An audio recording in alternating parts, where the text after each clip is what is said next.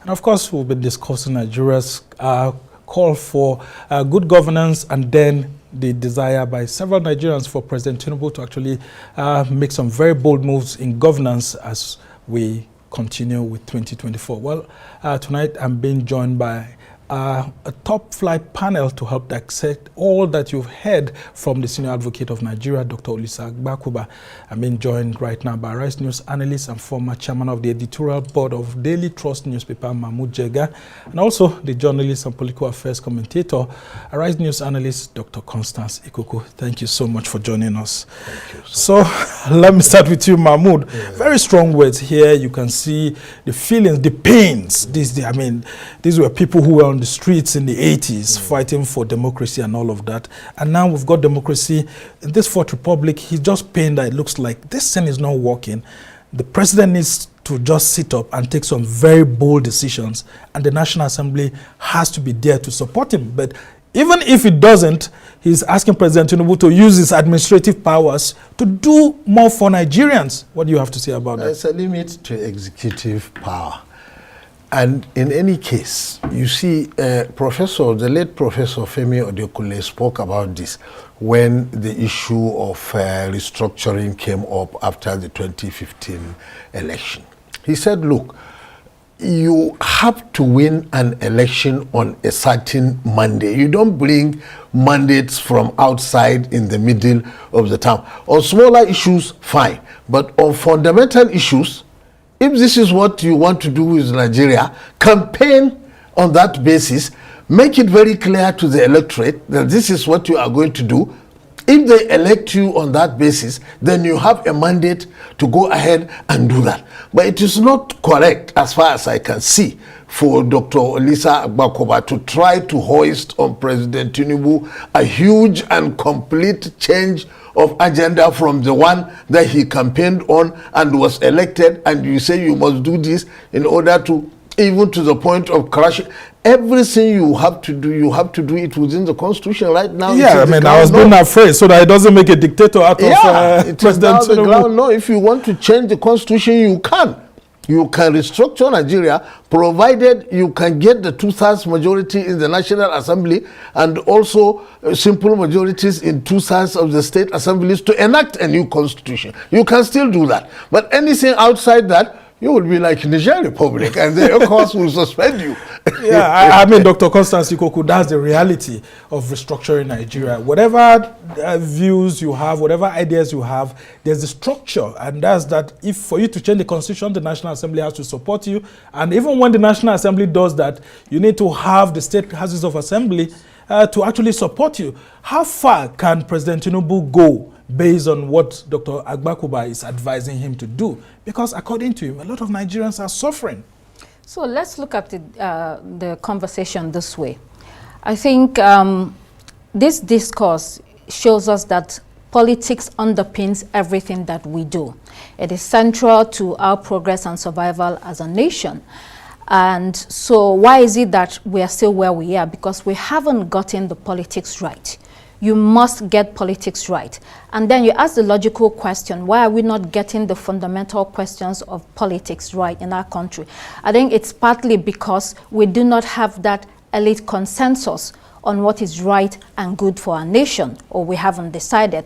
So why are we not having that elite consensus? It's also partly because the petty bourgeoisies are the elites, and they are much more interested in things that their own personal selfish interests rather than the greater good. These are difficult questions. These are difficult issues, whether you campaign during the election with it or whether you do not. It is important that we as a nation resolve this, however we're going to go about it. And so if we do not have rational and reasoning and yield to reasoning to do these things, we're just joking.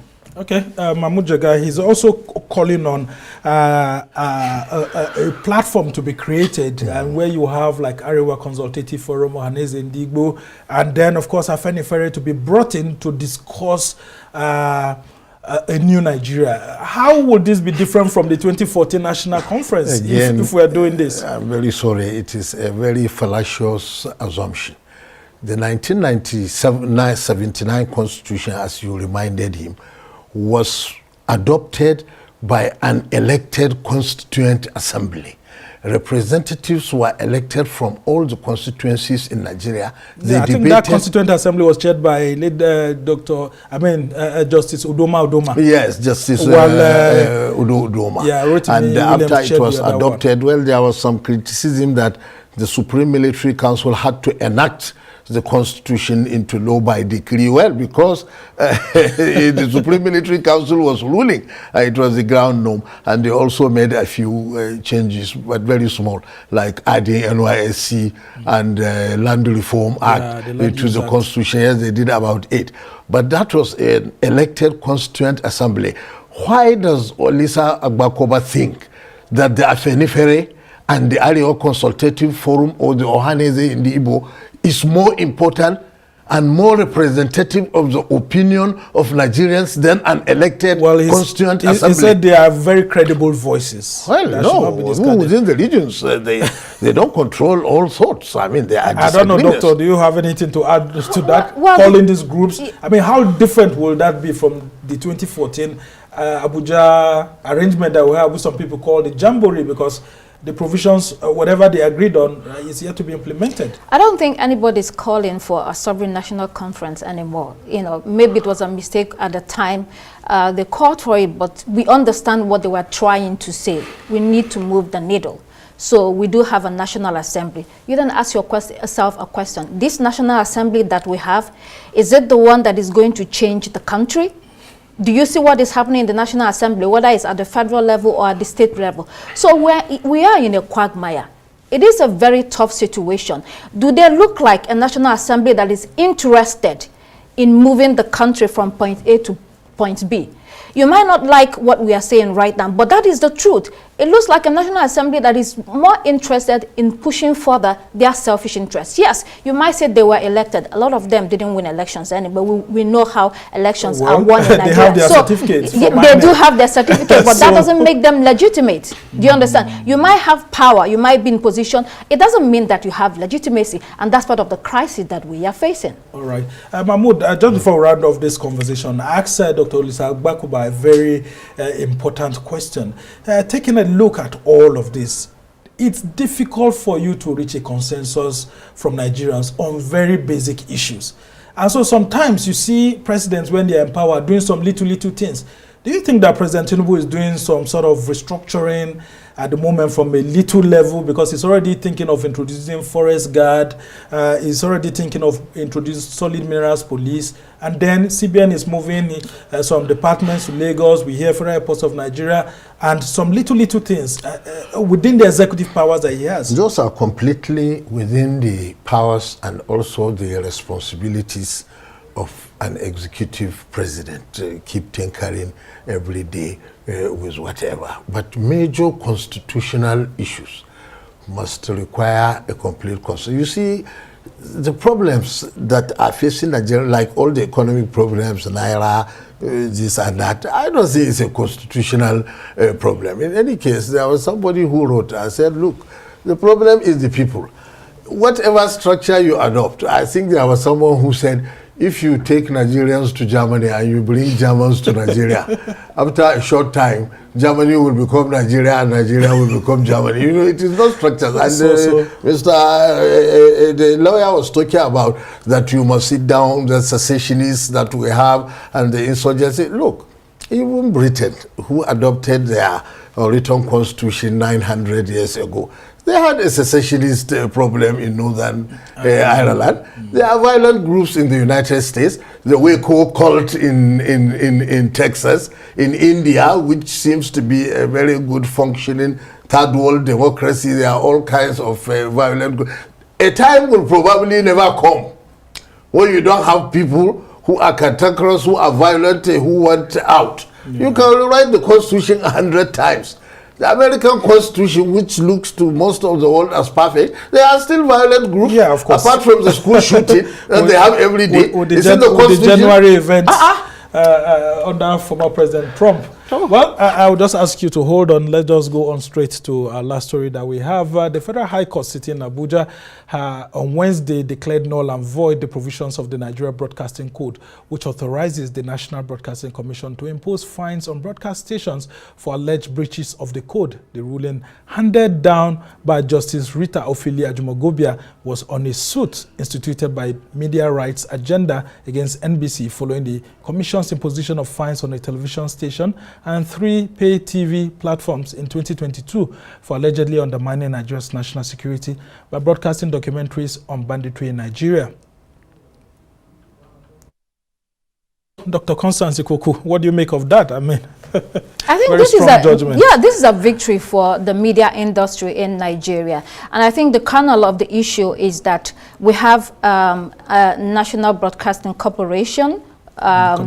Commission that is like an umpire, so you have the sweeping powers to receive complaint, to adjudicate that complaint, to punish people, to impose fines, and to collect the fines at the same time. And you know, in most cases, there's little or no fair hearing for the organizations. You just slammed this money, on fines on top of them and expect them to pay. So I think this is one of the reasons why it's good to have the rule of law. It's very critical to our democracy, and these people have gone to court and have gotten a judgment. And I hope that the NBC would agree with the court and abide by it. I think this is very important because you want a free media. I think the media is about the only institution in Nigeria today that is saving Nigerians. Right. A lot of people have given up hope. The media, through the media, we need to inspire people and continue to give hope. If that is gone, I do not know whether we'll still have a country. All right, interesting submission there. Mahmud Jega, let's talk about how the court was very angry that the NBC seems to be usurping the powers of the court by imposing these very huge fines. It looks like NBC has come full circle. Honestly, when I read the report, I agree entirely with what the court said, that you can that judicial power, that fining somebody is a judicial function, and that has to be done by the judiciary. However, I think that the broadcasting code was adopted for a very good reason, because really it is true that some electronic media stations overstep bounds and they do things that could cause confusion in the society. So it is important to enforce the code, but it must be enforced within the laws and the constitution. If it requires fining people, it means NBC probably now has to go to court and obtain an order to fine someone. I think the court was right. Yeah, but does this also impose a higher form of self-regulation on the media, specifically broadcast houses, self-censorship, so that they don't take their powers for granted too? Well, you know, that's the whole purpose of professional training. There is very little, for example, control of the print media, but it is assumed that the editors and editors-in-chief are well-trained professionals. They also love the country. They have respect for peace and court order and law, and they restrain themselves. It's supposed to be the same in the electronic media. It's just because violations of the code in the electronic media bring more instant trouble than in the print unlike that media, of the print. Unlike print, exactly. I don't know if you have anything to add. Just 30 seconds before we go. Yes, the media has power, but with power comes great responsibility. So as media professionals and personnel, I think we should definitely be careful in the way that we run our organizations, because at the end of the day, it's for the interest of the country. All right, I want to end this conversation by saying that power is nothing without control, according to a popular advert. So the media has a very huge responsibility ahead of it, irrespective of the fact that the NBC has been stripped of the powers to actually impose fines. But we must thank you so much. Mahmud Jega is our own Arise analyst, and of course, you've really provided some great insight. And of course, our own Dr. Constance Ikokwu, thank you so much for providing those great insights too. Well, that's how it's been for this edition of Arise Primetime. Do join us again tomorrow. From me and the entire team here in Abuja, goodbye and thank you for watching.